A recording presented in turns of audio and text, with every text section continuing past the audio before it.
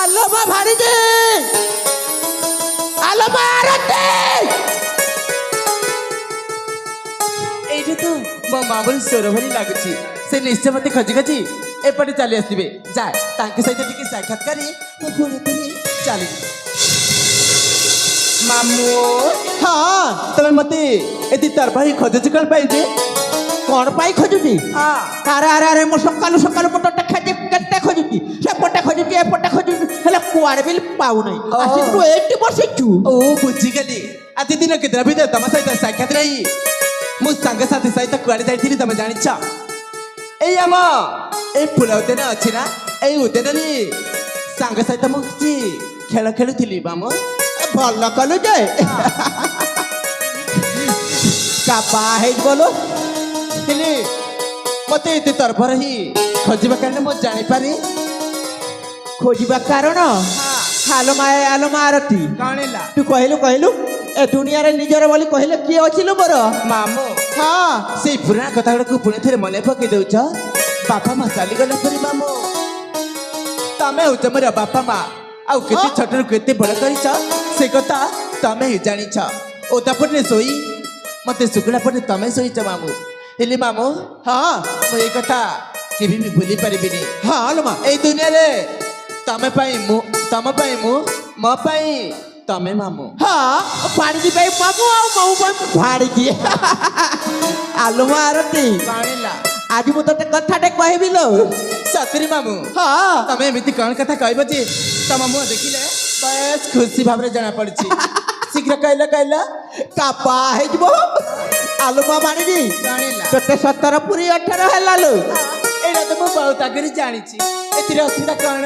ଅସୁବିଧା କ'ଣ? ହଁ ମାନେ ତୋର ବାହା ହେବା ସମୟ ହେଇଗଲାଣି ମାମୁଁ। ଓ ବୁଝିଗଲି। ବାପା ମା ଘରେ ଝିଅ ପିଲା ବଡ଼ ହେଇଗଲି। ବାପା ମାର ମୁଣ୍ଡରେ ବୋଝ ହିଁ ରହିଥାନ୍ତି ନା। ସେତେ ଶୀଘ୍ର ମୁଣ୍ଡର ବୋଝଟାକୁ ଓହ୍ଲେଇ ଦେଲି ସେତେ ଶୀଘ୍ର ମୁଁ ଟିକେ ଶାନ୍ତିରେ ନିଶ୍ୱାସ ନେବି ତମେ ଭାବୁଛ ନା? ନା, ଏମିତି କେବେ ବି ହେଇପାରିବନି। ତମକୁ ଛାଡ଼ି ମୁଁ କୁଆଡ଼େ ବି ଯିବିନି। କ'ଣ ହେଲା ମୋତେ ଛାଡ଼ି ତୁ କୁଆଡ଼େ ଯିବୁ ନାହିଁ? ତୁ ଏମିତି କୁଆଡ଼େ ଯିବୁ? ଏ ମା ଶୁଣୁ ଯେବେ ନା ତୁ ବାହା ହେବୁ ନା ଆଉ। ଏ ମାମୁଁ, ତମର ଅଯଥା କଥା ଗୁଡ଼ା ଶୁଣିବା ପାଇଁ ମୋ ପାଖରେ ସମୟ ଜମା ବି ନାହିଁ। ଦେଖ ମୁଁ ଆସୁଛି, ବାଏ। ଖାଲି ସବୁବେଳେ ଯାଉଛି ମୋ କଥା ଟିକେ ଶୁଣି ଯା। ଆଲୋ ମା କ'ଣ ହେଲା କହୁନ? କାହିଁକି ରାଗି ଯାଉଛି ବା? ହେ ତାହେଲେ ତୁ ବାହା ହେବୁନି? ନା, ସତ କହୁଛୁ? ସେଇଟା ସମୟ ଆସିଲେ କହିବି। ତାହେଲେ ମୁଁ ଯାଉଛି, କିରଣ ବାବୁକୁ ପୁରା ମନା କରିଦେବି।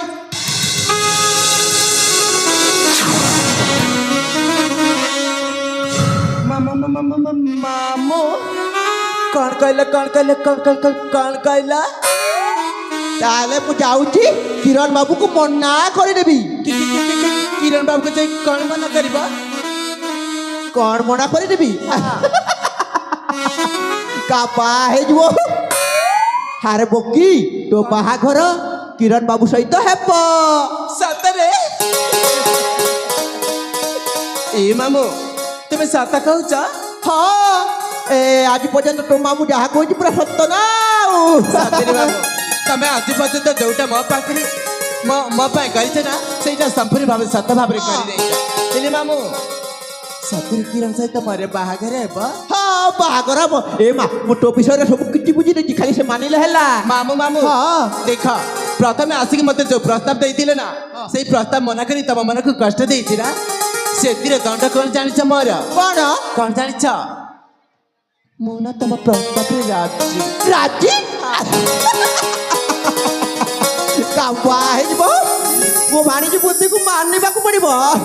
ଏ ମା ଜାଣିକି ମୋ ତୋ ସାଥେ ଗପୁ ଗପୁ ବହୁତ ଗପି ଦେଲି ସେପଟେ ମୋର ଅନେକ କାମ ବାକି ଅଛି ତାହେଲେ ମୁଁ ଯାଉଛି ମୁଁ ବି ଭଲ ଭାବରେ ଜାଣିଛି ବାହାଘର ପାଇଁ କେତେ ସବୁ ଜିନିଷ ଯୋଗାଡ଼ କରିବାର ଅଛି ନା ଯା ମାମୁଁ ଶୀଘ୍ର ଶୀଘ୍ର ସେ ସବୁ ଜିନିଷ ମୋ ପାଇଁ ଯୋଗାଡ଼ କରିଦେବ ହଁ ଲୋ ମା ତାହେଲେ ମୁଁ ଯାଉଛି ଯା